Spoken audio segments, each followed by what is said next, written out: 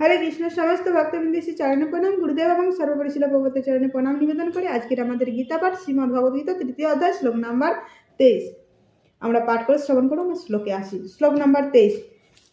যদি হি অহম ন বর্তয়ম জাতু কর্মাণি ততন্ত্রিয় মম বর্তন্তে মনুষ্য পার্থ সর্বস্ব।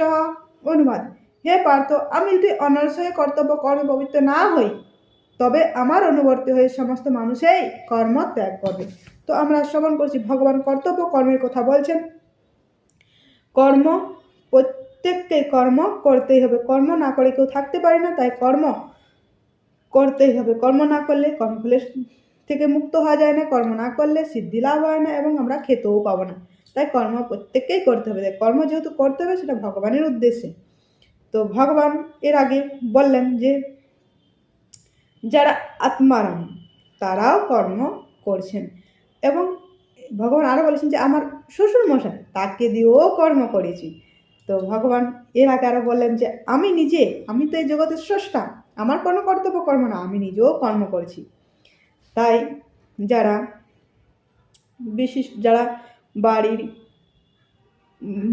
ব্যক্তি, যারা বাড়িতে সদস্য আছেন তারা প্রত্যেকেই মা বাবা দাদু ঠাকুমা তারা নিজ নিজ কর্ম করবে, কারণ কর্ম করলে তাহলে ছোট রাস্তায় সে দেখে শিখবে।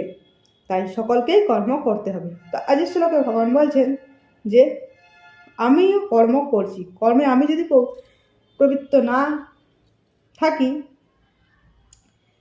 তাহলে কিন্তু আমি কর্ম করে আমি জগৎকে শেখাচ্ছি। কারণ আমি যদি কর্মে প্রবৃত্ত না হই তাহলে কিন্তু তা দেখে সকলেই কর্ম করবে না। তাই যারা বিশিষ্ট ব্যক্তি আছেন, যারা প্রতিষ্ঠিত ব্যক্তি আছেন, তারা সকলেই কর্ম করে জগৎকে শিক্ষা দেব। তো আজ এই পর্যন্ত, পরবর্তী আলোচনা পরের শ্লোকে। তো আজ আমি একটু বেরোবো, তো আজ আমি আর ভাগবত পড়তে পারবো না। তো হরে কৃষ্ণ।